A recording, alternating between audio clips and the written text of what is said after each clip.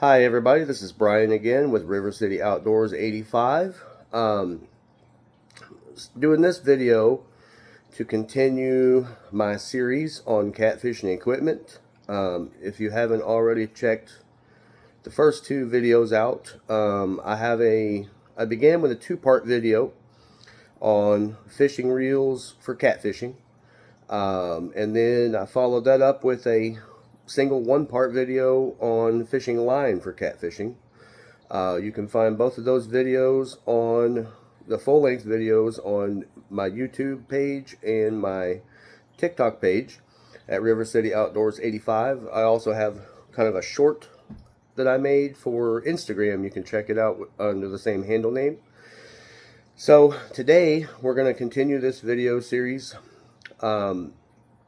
with catfish rods. Probably the most talked about subject in terms of catfishing equipment. Guys, nowadays there's tons of catfish rods out there. Catfish equipment and rods and reels and everything else has become, extremely popular. A lot more popular than it was, as I've described in other videos, back in the day when I was first getting into fishing, dedicated catfish rods were pretty much unheard of. And catfish tournaments were pretty much unheard of. Well, now that all those things have come to fruition, now we have an entire market for catfishing. And matter of fact, there's a trade show for catfishing. The Catfish Conference, it takes place every year in Louisville, Kentucky. I haven't gone yet, but one of these days I am going to go because I'd love to go and check out all the products and meet the big names in the industry and so forth. It's a trade show, a lot like SHOT Show or Blade Show or something like that. Excuse me. And one of these days I'm going to take a trip to Louisville and check out the Catfish Conference. But anyway, as I said, it's catfishing is a big deal now. So we have a lot of products that are marketed specifically for catfishing, and catfish rods are no exception. As I've stated in my other videos regarding catfishing equipment, like in my catfish reels video, I stated that, you don't have to go into a store or online or wherever you shop looking specifically for a catfish rod that says catfish on it any more than you have to do the same thing with a reel. None of the reels that I am personally using for catfishing say anything about catfishing on them or are marketed or labeled as catfish reels, but they definitely work for catfish reels. Most of the reels that I'm using are large, like 5,000 and 6,000 size spinning reels that are actually saltwater grade spinning reels. So they're heavy duty and they're suitable for the job. I've got a few, smaller, standard freshwater reels that I use for light duty catfishing. You're going to see one of those in this video, in fact. And it's not marketed or labeled as a catfish reel either. So we're going to go over, catfish rods in this part of this video series. This is probably, I'm certain, going to be a 2 to 3 part video in regard to catfishing rods, because it is a big, fairly in-depth subject, probably the most in-depth subject of all catfishing equipment, because there are so many out there and there's such a wide variety of them and such a wide variety in terms of brands and makes and models and different characteristics and features and so forth. So it is something that I do want to dedicate some time to, and that's why this is going to be, at least a part 2, or there's going to be at least a 2-part video to this, if not a 3-part video. I'm going to, get as much information out there for you guys as I can in the shortest amount of time possible. I'll try to make this first video and any other videos coming up as brief as possible, but I also want to make sure that I I put as much information out there for you guys as I can as well. So we're gonna get started. But what we're really gonna start with, because this pertains to all fishing rods, is we're gonna give some clarity to some things that a lot of people in general do not understand in regard to fishing rods. So that when I am talking about catfishing rods going forward from there, you guys will have a general understanding of what it is that I'm talking about. So I'm going to turn the camera around because I've got some information written down that I've collected for you guys so that you can see it, and I'll go over it as we go through this video, and then we'll go from there. So, okay. So what I've got for you guys is I've kind of broken this stuff down in the most organized fashion that I could. We're going to start this video talking about fishing rods in general. We're going to start that conversation with key fishing rod characteristics, as you can see. Number one, part A is length. And length obviously is the overall length of the rod. And the length is an important feature to your rod because, well, one, length helps to determine casting distance. Longer rods help cast further, and shorter rods don't cast as far.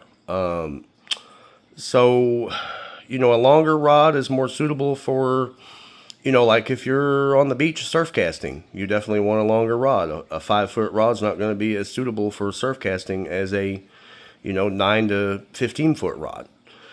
Just as a 9 to 15 foot rod is not going to be as suitable for, bass fishing in and around heavy cover and trying to, cast under overhanging trees and so forth. A rod like that's not going to be suitable for those kind of situations either.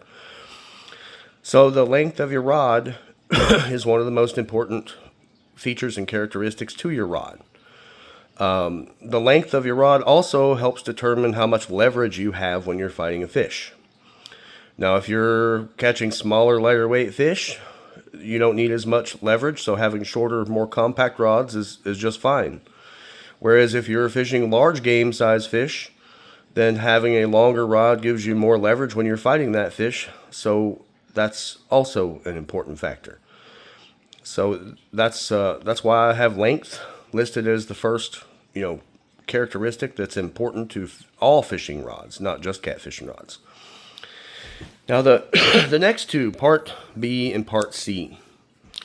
These are ones that a great deal of confusion has been caused by, partly due to the way that fishing rod manufacturers list specifications on their rods, because some of them do so incorrectly. And the other part is just, the language, how people speak about, characteristics of their rod. So I'm going to break these down for you guys and explain exactly what they are and what they mean. And we're going to start with part B, which is rod power. And as you can see here, rod power is how powerful the rod is. This is determined by the rod thickness and taper, and it determines the rod's flexibility, lure or sinker weight rating, and line rating. How much or how heavy of pound test line you can use on this specific, on a specific rod. Power settings, the most common that you're going to see throughout the industry are, you have ultralight rods, you have light rods, you have medium light rods, you have medium rods, medium heavy, heavy, and extra heavy. Okay. Ultralight and light rods are going to be very flexible. They're typically smaller diameter, lighter weight, got quite a bit of taper to them. They're really flexible. They're great for casting, especially if you got longer rods, 6.5 to 7.5 foot or longer. They're great for casting, things like small crappie jigs, like, you know, a lot of guys, a lot of crappie guys are gonna be very familiar with ultralight and light power rods because they're using those for casting, you know, like your 32nd ounce and 16th ounce and 8th ounce crappie jigs. And, you know, you're using light line for doing that, you know, generally in the neighborhood of 4 to 6 pound test. So you got, you know, thin diameter, light pound test line, and you're using light lures that you're casting, and you're trying to get the best casting distance with them that you can. So that's where ultralight and light rods come into play. A medium light. As you can see, a medium light is basically an in between a medium power and a light power rod. For me personally, medium light is what I prefer with crappie rods. And the reason being is because I fish for crappie here in Missouri. And a medium light gets me by just fine when I'm using jigs during the spawning season. But when I get in the post-spawn season, and I'm using live bait, particularly minnows, with minnows you have a lot of bycatch here in Missouri. You'll catch largemouth bass and white bass and all sorts of catfish, you know, and things like drum and walleye and things like that as well. And most of those things are bigger and heavier and fight a bit harder than your average crappie. So the medium light is where I like to be because I can still cast the lightweight crappie jigs and stuff like that. But at the same time, I also have a little more backbone, just a little bit less flexibility in the rod throughout. That gives you a little bit more fighting capability when you do hook into some type of bycatch fish. So that's what I prefer. Ultralight and light rods also are probably the most common you're going to see for trout fishing when you're not using a fly rod. You know, if you're trout fishing with baits or you're trout fishing with, you know, artificials like inline spinners, like Warden's rooster tails and things like that, which are very popular and common for trout fishing, you're going to see, you know, most of that type of trout fishing done with an ultralight or a light rod. I have, however, I don't do a lot of trout fishing, but I definitely have been. It wasn't that long ago. I was in Arkansas on a vacation, and we were doing some trout fishing while we were down there, and we were using medium light rods, Bass Pro Crappie Max rods. In fact, they're combos that we have, and they're medium light. And you know, we were catching trout just fine with those. We had good thin line, and we were you know, we were using baits, and we had no issue catching trout. The rods handled them just fine. They were plenty sensitive enough and had plenty of backbone at the same time. So so I like a medium light rod for those kinds of applications. And then a medium rod, you know, medium is a good kind of your halfway point. You know, you still have very good sensitivity with a medium rod, and a mixture of good backbone in there as well. So, you know, you have fish fighting power with a medium rod that when you do hook, you know, bigger, decent sized fish, but you also have good sensitivity for lighter duty jobs as well. And then you get to medium heavy, which again is an in-between. That's an in-between medium and heavy. So with medium heavy, you're incorporating features from both, as you are with medium light.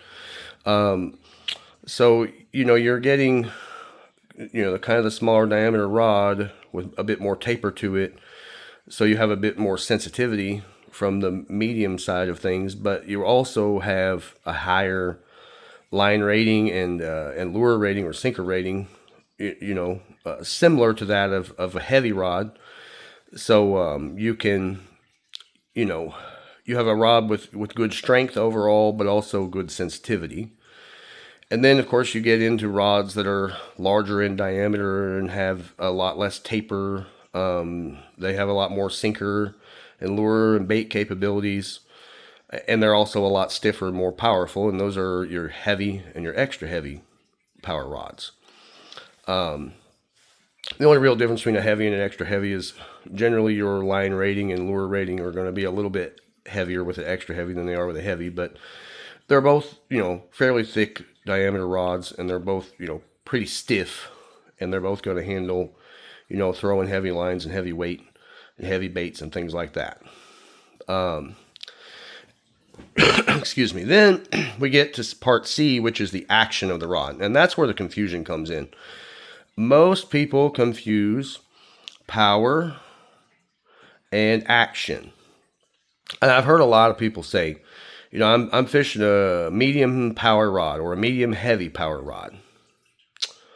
But I've also heard a lot of people say, I'm fishing a medium action rod or a heavy action rod. And as you can plainly see, the terms, light, medium, heavy, don't pertain to the action. So what the action pertains to or determines is where the rod bends under load, okay? So the power, as we said, is essentially how powerful the rod is. And the action is where does the rod bend, okay? So just like with the power, where you have different power classes, we also have different action classes.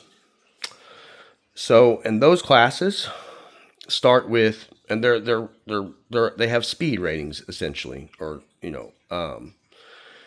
they're classified with words that kind of indicate speed.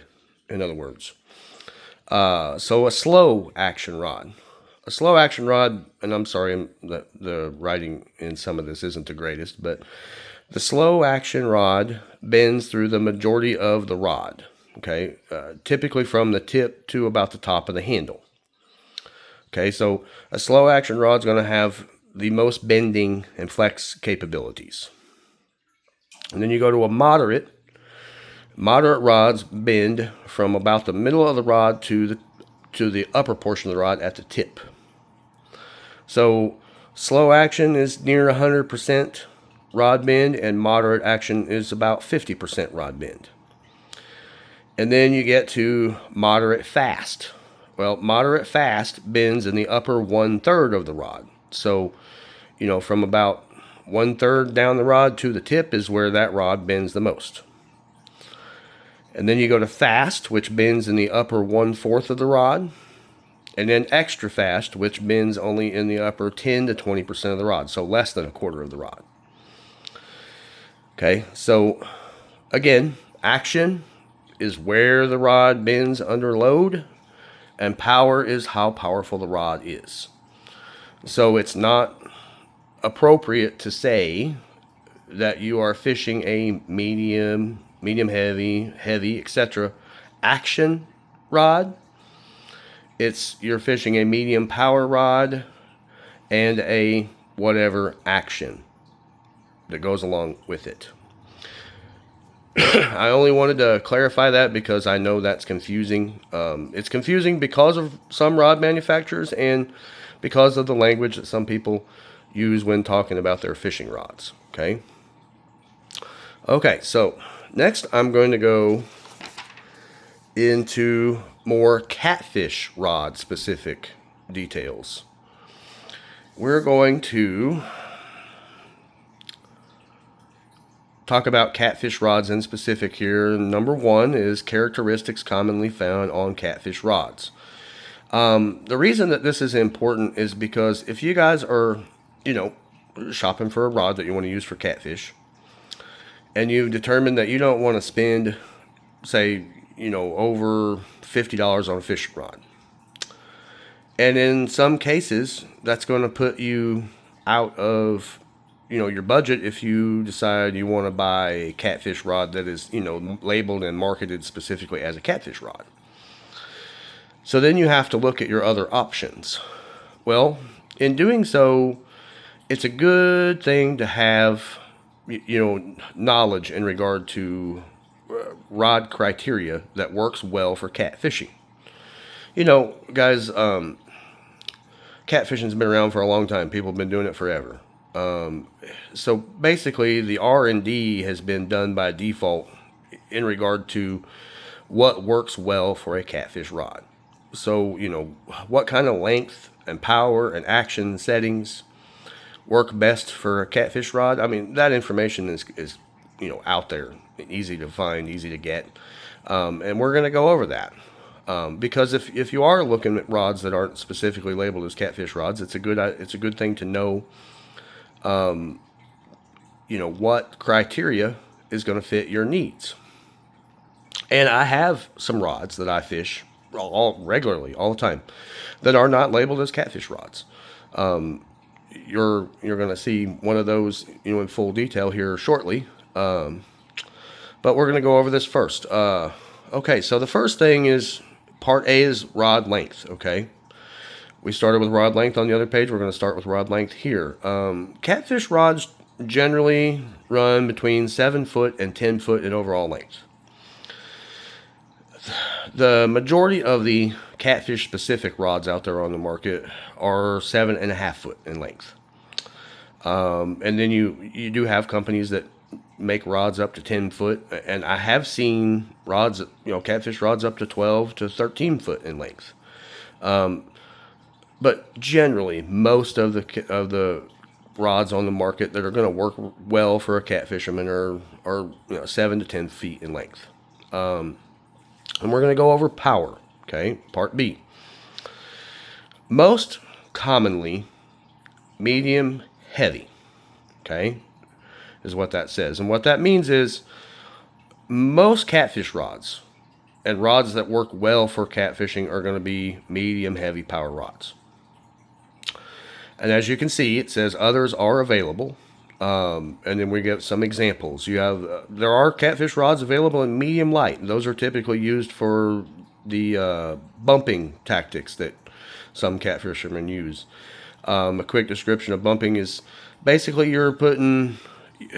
you have somebody that is essentially trolling the boat along, and as the boat's being trolled along, you have one or two fishermen fishing off the back or the sides of the boat where you have a rig set up with just enough weight to hit the bottom. This is a common river fishing tactic, and you can do it in a lake as well. But basically, you're running just enough weight to get the bait down to the bottom adequately, and then when the bait gets down to the bottom, then you can feel your rig hit the bottom, and then you're raising it up a bit, and then you're letting it lower back down to the bottom, and you're raising it up a bit. And what that does is create a lot of action and movement in your bait, and it helps to entice fish to take your bait. It is a very effective tactic. I've watched a bunch of videos doing bumping. I've never done it personally, but from what I can see, it's a very effective tactic. And a medium light rod is very common for bumping because the rod's got a lot of flexibility, and it gives you a lot of feel for all the things on the bottom. Gives you, a feel for when your bait hits the bottom, and so that when to pick the bait back up and all that. So it is, kind of a finesse technique, if you will. But, medium light rods work really well for bumping. And then you got medium rods, as you can see, typically used for better sensitivity for smaller to medium-sized fish. Okay, because a medium rod still got a decent amount of backbone, but still yet plenty of flexibility. When you're fishing smaller fish, like eater-sized fish, like I keep fish between 1.5 pounds and 15 pounds if I'm going to eat them. Generally, anything larger than that, I like to get some weights and pictures and stuff like that and release it back to the water. And anything smaller than that, I don't generally keep because I fillet fish. And anything smaller than 1.5 pounds, generally you don't get much out of them when you're filleting them. So I like to use medium rods for, by keeping size fish. And then you go to medium heavy. The reason that medium heavy is the most common used, as I already described, is because it's considered an all-purpose for catfishing. You got good line rating and sinker rating to handle most situations that you're going to be in when you're catfishing. But you also have good flexibility and sensitivity in the rod at the same time. So medium heavy is it's a very good all-purpose catfishing rod. And if you're going to take the one-size-fits-all approach to catfishing rods, medium heavy is definitely the way to go. Now, I don't take that approach personally because I like the a specific tool for a specific job approach. So I've got rods dedicated for certain styles of fishing. Like, there's places where I fish where I'm not catching anything above 5 pounds on the average. 10 pounds would be the biggest fish you're going to see in that area. And I prefer a certain rod for that job. Whereas if I'm fishing big river with heavy current, I prefer a different rod for that job. So that's the approach I like to take. But if if you can only afford 1 or 2 or 3 fishing rods and you want a kind of a one-size-fits-all approach, and medium heavy is definitely your way to go. Especially if you are fishing. I mean, you can take the one-size-fits-all approach even when you're fishing, big rivers with heavy currents. You just need to sway more toward the heavy or extra heavy power rather than medium heavy power. But if you're mostly fishing, mild rivers with mild current, and or big lakes with no current, creeks and stuff like that, medium heavy is definitely the way to go. And the majority of my catfish rods are medium heavy because they fit the majority of my purposes. And then I lumped heavy and extra heavy into the same power category. The reason being is because there's not much difference between the two. Both of them, as you can see, have increased rod stiffness. They have increased lure weight and line ratings. And mostly these rods are adequate for fishing big rivers with heavy current. Okay. A good quality medium heavy rod is going to catch you any catfish that you can conjure up, especially in North America. So if you're not fishing big rivers with heavy current, where you don't need to throw much heavier sinkers to hold the bottom, then your need for a heavy or an extra heavy power rod just honestly doesn't exist. And it's really not something that you're going to want, because the rod is stiffer. It doesn't have as much sensitivity, and it's overpowered for the job you're doing if you're not fishing a big river. So I mean, to each their own. Some people like to go with the biggest, heaviest guns they can muster up, and if that's your approach, then that's fine. But what I will say is, at least in my opinion, if you're fishing an area where the fish aren't above 5 pounds typically, and you're still fishing a heavy or extra heavy power rod, you're definitely overgunned, and unnecessarily so. But again, I'm not knocking anybody who does do that. So if there's anybody out there, that's doing that, hopefully right now they're not saying, well, this guy, no, because I'm not trying to knock you or what you're doing, because I do understand the mindset behind it. It's just, it's, to my notion, it's unnecessary to do that. And then we're going to get to C. In part C, we go back to talking about action. And when in regard to catfish rods in specific, fast action is the most common because it offers more rod tip sensitivity, which is desirable for most catfishing applications. Reality, though, at the bottom is that any rod between moderate fast and extra fast will be suitable for catfishing. Anything that bends between, the upper third and the upper tenth of the rod, that's going to be fine for catfishing. So if you got a rod that you like and you're saying, oh no, it's moderate fast, it's not fast or extra fast, then no worries. Because a rod that I'm going to show you here soon that I fish and catch catfish on all the time is moderate fast. So there's no worries or concern about that. The main thing is, good tip sensitivity while also having good backbone, and that's what moderate fast to extra fast gives you. Whereas if you go back to the previous page where we talked about slow action rods, that rod is essentially completely parabolic, meaning the whole rod arches from the handle to the tip. With a slow action, you don't have nearly as much backbone. So it's not nearly as appropriate for a hard fighting fish like a catfish. Because let's face it, the reality of it is all catfish fight pretty hard. I mean, I've had times where, a 2 pound channel cat can give you a good run for your money with the right rod. Especially if they get, you're fishing a river that's up a little bit and the current's pushing, and you hook into a hungry, feisty channel cat in about 2 to 3 pounds. He's going to give you a run for your money. So if you ain't got enough backbone to your rod, and a rod with good length and leverage, he's going to make your life more difficult than necessary. So that's action is definitely a consideration, because not only does it affect tip sensitivity, but it affects the amount of backbone. It goes along with power to affect the amount of backbone that your catfish rod has, and that's important, because catfish are generally hard fighting fish. Every type of catfish fights a little differently. You're not going to get the same type of fight out of a channel cat as you do with a blue cat or a flathead, and you're definitely not going to get the same type of fight out of a flathead as you do a blue. But regardless, you still need and want the sensitivity and the mixture of backbone added into that equation. So we're going to go to the next page here. And so we're going to get to part 2 with the catfish rods. This is catfish rod types, materials, and components. So the first thing we're going to go over is rod types. Okay.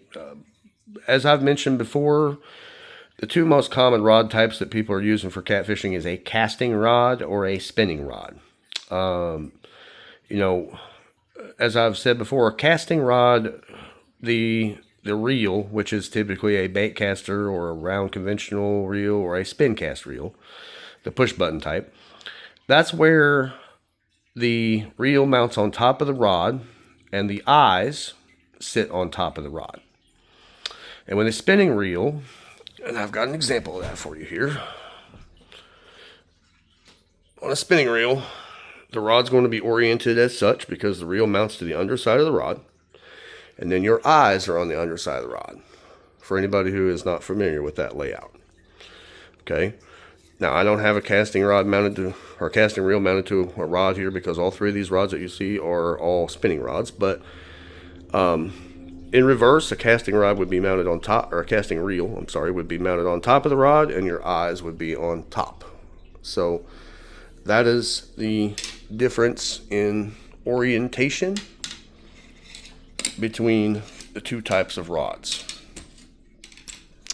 Now, as I said before, you do have another commonly available type of fishing rod out there, which is the fly rod and reel. And the fly reels do mount to the bottom of your fly rod. But fly rods are not common fare when it comes to catfishing. Now, there may be some people out there doing it. Personally, I don't know of fly fishing for catfish being a very common, typical thing. And if any of you are doing that, that for one, my hat's off to you, because that's cool. I don't have a lot of experience with a fly rod. I would like to, buy one and learn more about how to use one efficiently, because fly rod fishing is fun. I have done it, but it's always been with borrowed equipment from someone else. I don't have a lot of experience with it. I'm definitely not a professional, or an expert, or whatever you would like to call it. And I've never personally seen or heard of anyone catching catfish on fly rods, but I'm not going to say that it's impossible, because there are definitely people out there who may have done it.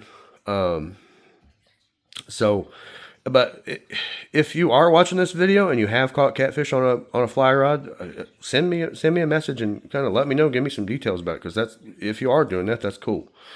But as I said, your 2 most common typical types are casting rods and spinning rods. And then materials. Okay, we're going to go over the common rod materials that you're looking for with catfish rods. And these are not only specific to catfish rods. These are materials you're going to see throughout pretty much all fishing rods out there. To start with, as you can see, some type of fiberglass. Okay.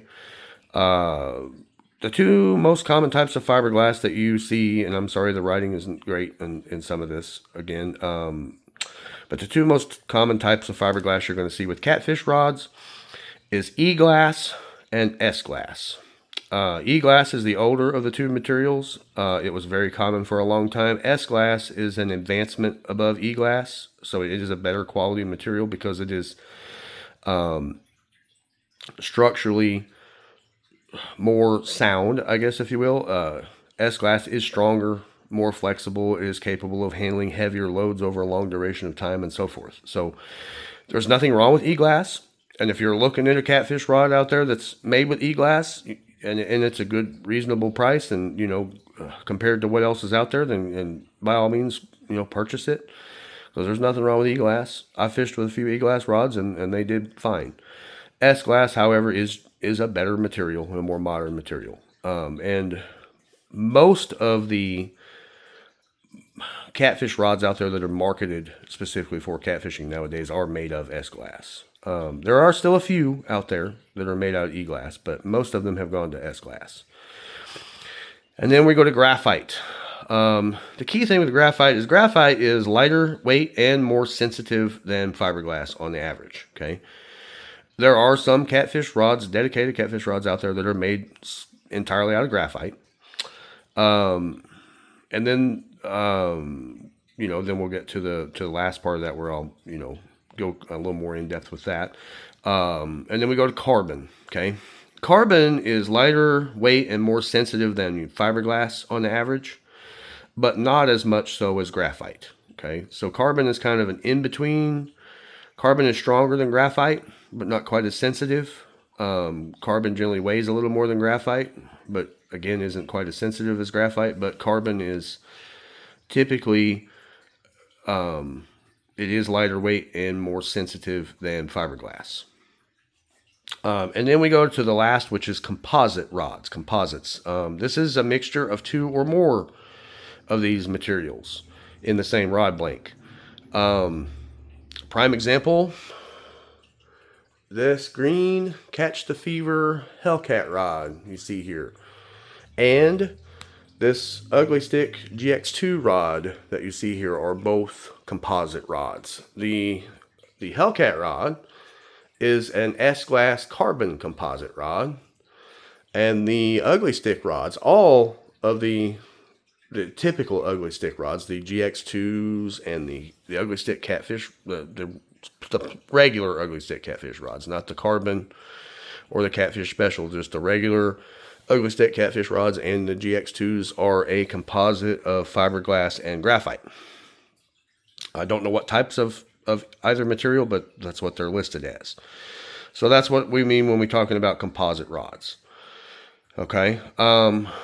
It's a mixture of two or more materials in the same rod blank. Okay. What that generally does for you is it gives you, the strength and load bearing capabilities of one material, like in the instance of the Hellcat rod.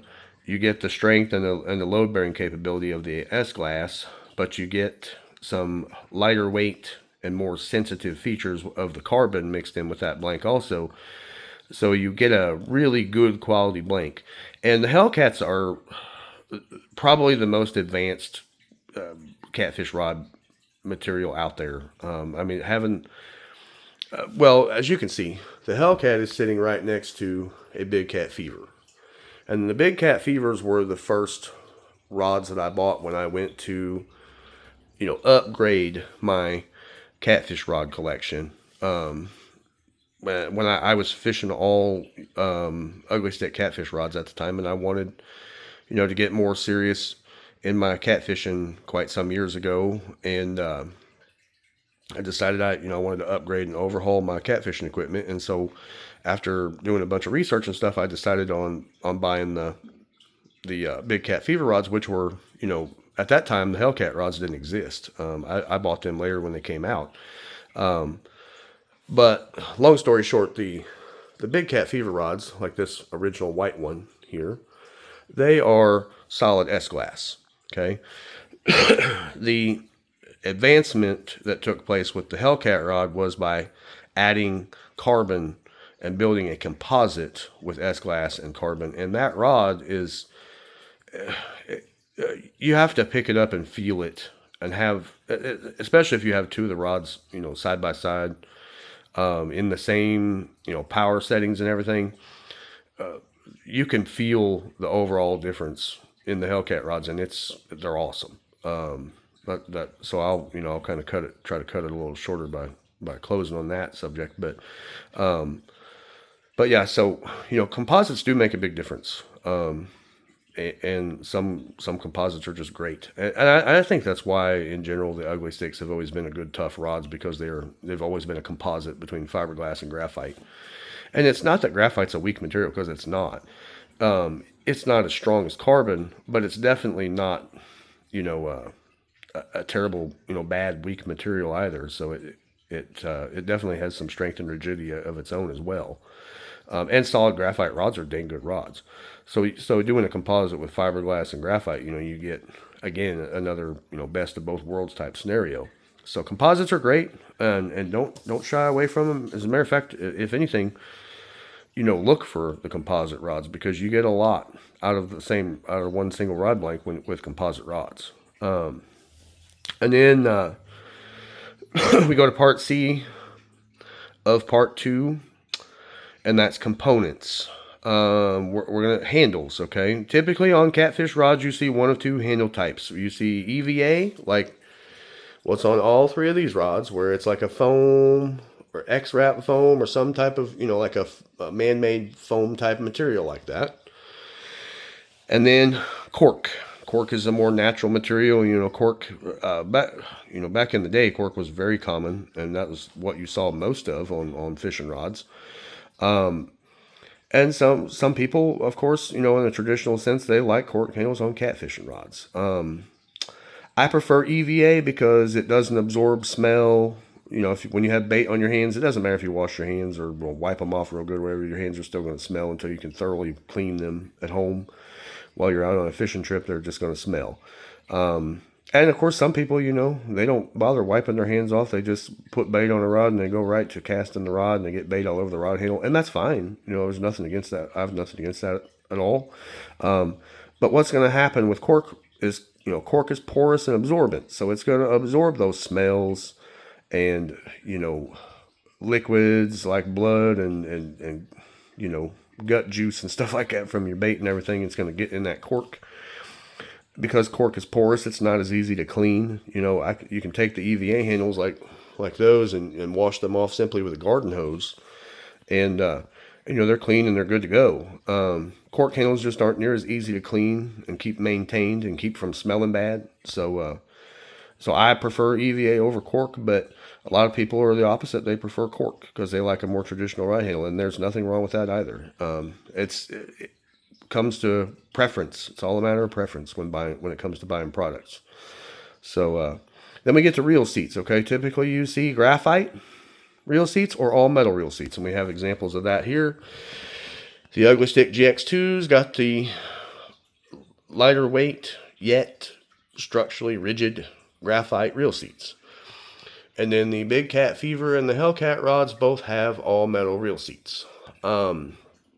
As I've described before, when it comes to reel seats, I talked about reel seats some in my fishing reel videos. Now, one that's set up like this, where the whole top handle screws down on top, these don't tend to loosen up real bad. But on graphite reel seats that have just a single nut on them that tightens down onto the reel stem, or on the seat stem on the reel, if you're doing quite a bit of casting during, casting your lines out, reeling them back in, changing baits out, casting back out again, things like that. I change the baits out typically every 30 minutes, so I'm doing quite a bit of casting. Graphite reel seats that have single nuts generally are going to loosen up every 2 or 3 outings to where you're going to have to tighten them back down. These types of reel seats, like on this Ugly Stick GX2, aren't near quite as bad about that because the retention device is larger and got more surface area on the inside, on the threads and stuff. But none of them hold up and stay tight as well as an all metal one, especially when you have the the dual nuts. You have your first lock nut, and then you have the jam nut that goes in behind it, locks it into place, keeps it from backing off. That's, as far as quality and durability, that's the best setup. But graphite reel seats, there's nothing wrong with them either. So that's what we have for reel seats. Now, what I will say quickly about reel seats. Reel seats are one of the determining factors that I use, and I'll describe this in another video that'll be upcoming. But reel seats are one of the determining factors that helps me to determine whether I want to purchase a specific catfish rod or not. I'll describe this in more detail probably in my next video, but what I will say briefly is this. $60 is my cutoff, okay? And what I mean by that is any catfish rod that costs $60 or less, it's okay if that rod has a graphite reel seat. But any catfish rod or rod that I'm interested in buying that costs more than $60, I expect it to have an all-metal reel seat.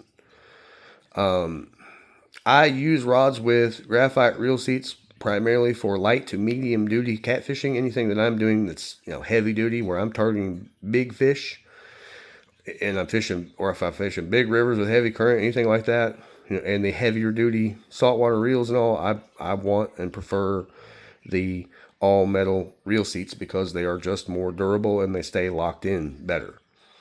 So that's something, like I said, I'll cover in my next video. But $60 is my cutoff. If a rod's $80 and it's still sporting graphite reel seats, then to me it's not worth it, because there are rods out there for $80 that have metal reel seats. So reel seats are one of the determining components in my purchasing plans when it comes to catfish rods. And like I said, I'll get into more detail on that in the next video. And then your eyes and line guides, okay?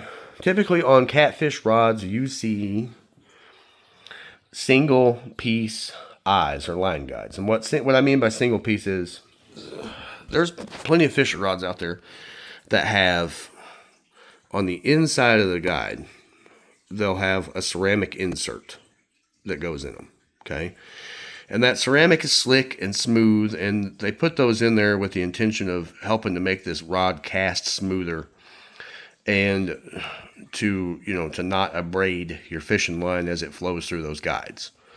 Nothing wrong with that, up to the point where, say your rod falls down or you drop it or something happens and that ceramic insert cracks. And now if it cracks and breaks, it's now rigid, or it's now jagged on the edges and stuff. It can damage your fishing line and it ruins your casting capabilities.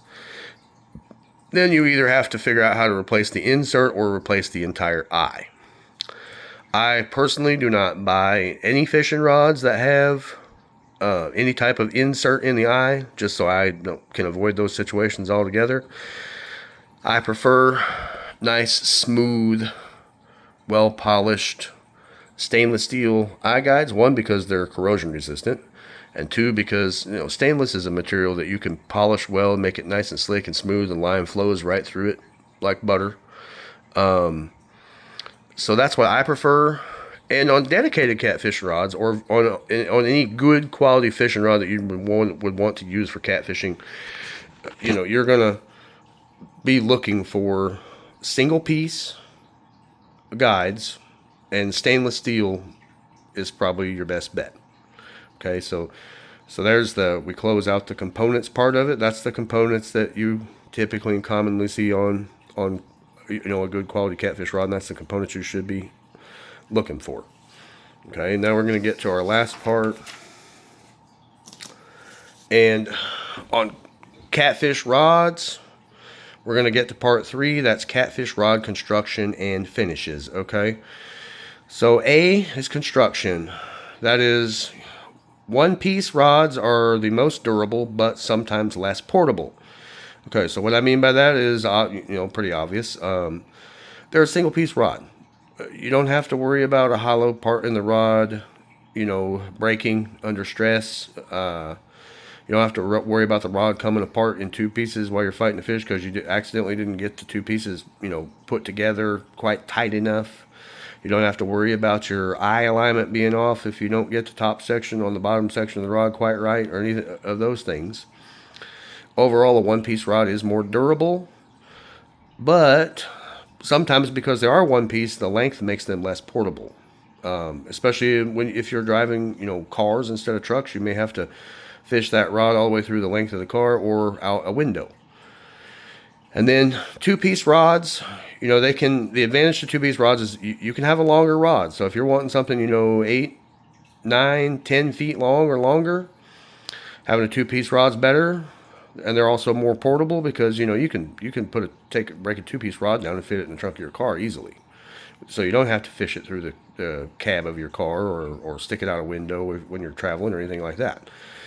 And of course, the opposite of what we talked about, the downside to two-piece rods is that they're less durable and, potentially more troublesome. Nothing wrong with two-piece rods, but, those are things to consider. And then we go to finish, okay? Catfish rods are typically painted, okay? Your color choice affects visibility, okay? So if you're a night fisherman, you want to choose colors that you can see well at night in a lantern light or in a black light or, or whatever lighting it is that you choose to use at nighttime. And colors also affect your daytime visibility because some colors kind of filter out in daytime visible light and make the rod more difficult to see and keep an eye on. So, overall, your color choice does affect the rod's visibility. That's why a lot of catfish rods out there are white, okay? Because a white is a very good, easy color to see at daytime or nighttime. Nothing wrong with black rods. As you can see on this black rod, though, I did do a personal modification where I painted that rod tip because the very end section between the rod tip and the next eye down on most ugly stick rods is got a clear fiberglass section on it. I'll go into more detail on that, but what I did was I painted the end of that rod because that clear section made that rod very difficult to see at dark, even in the lantern light, and sometimes during the daytime as well because it was clear. So I sanded and then polished that section of the rod with steel wool, cleaned everything up, masked everything off, and then I applied a primer and then a glow-in-the-dark paint to that primer. So in the daytime it looks like it's solid white, but at nighttime it glows in the dark.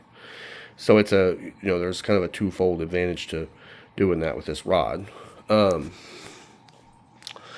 then light reactivity should be a concern for nighttime fishermen as well. What I mean by light reactivity is, if you're fishing lanterns, can you see the rod well with a lantern? Or, do you have rods like this Hellcat that have fluorescent colors on them that really glow and pop if you're using black lights? Helps you see the rod better also.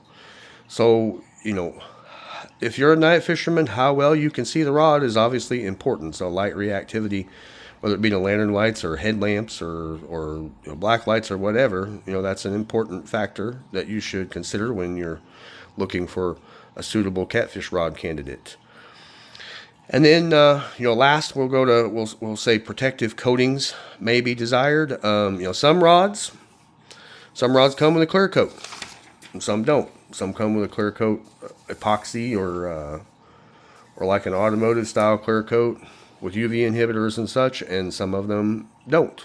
Some of them have like a high tech advanced epoxy clear coating on them, like the newer Hellcat Revenge rods do. The Hellcat rod does not have a clear coat on it. The Big Cat Fever rod does, but it did not from the factory. That is an automotive grade clear coat that I bought at an auto parts store and applied myself. I scuffed the entire length all the way around of the rod with a good quality steel wool just to give some tooth to the paint, and then I masked everything off and I gave it and cleaned it all up and gave it 3 good coats of automotive grade clear coat. The reason I went with automotive grade was because it has UV inhibitors to help keep the paint from fading, and it's also capable of flexibility because it's applied to automotive parts.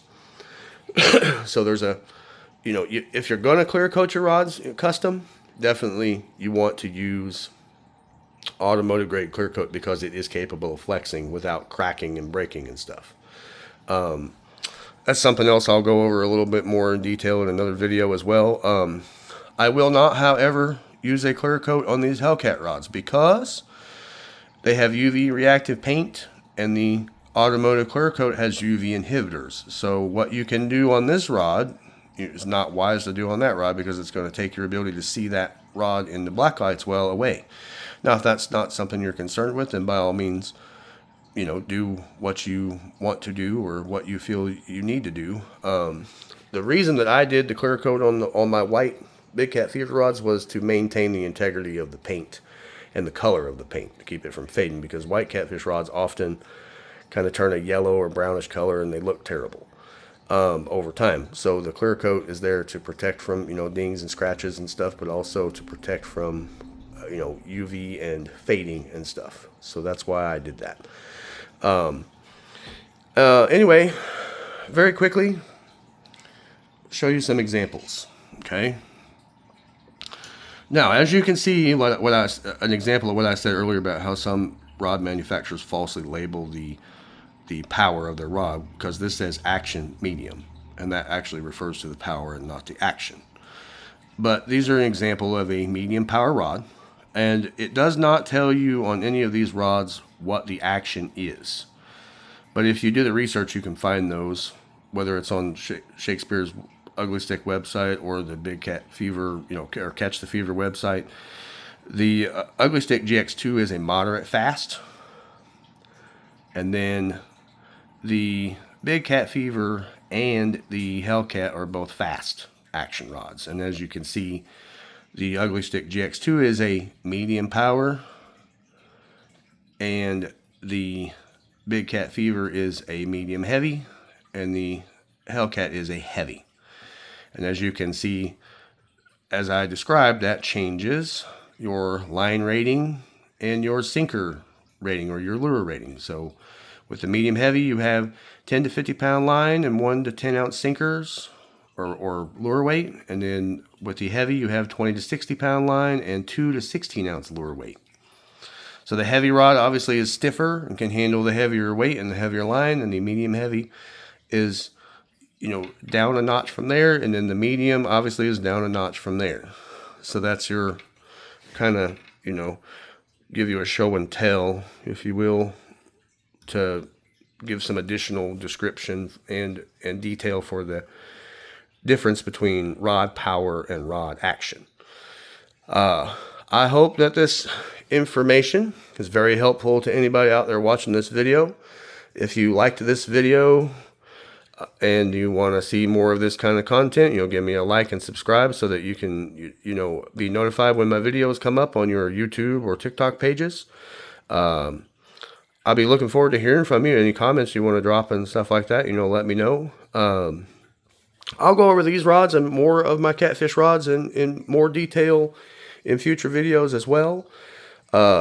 Stay tuned for the part 2 of this catfish rod video. I'm going to be giving you guys some breakdown and some exact information in terms of catfish rods, good catfish rods that are out there, and specifications and prices and all that sort of stuff. So if you guys are all about this kind of stuff like I am, then stay tuned, because I'm going to be dropping more videos at River City Outdoors 85 on YouTube and TikTok and Instagram. Thank you guys, and have a great day.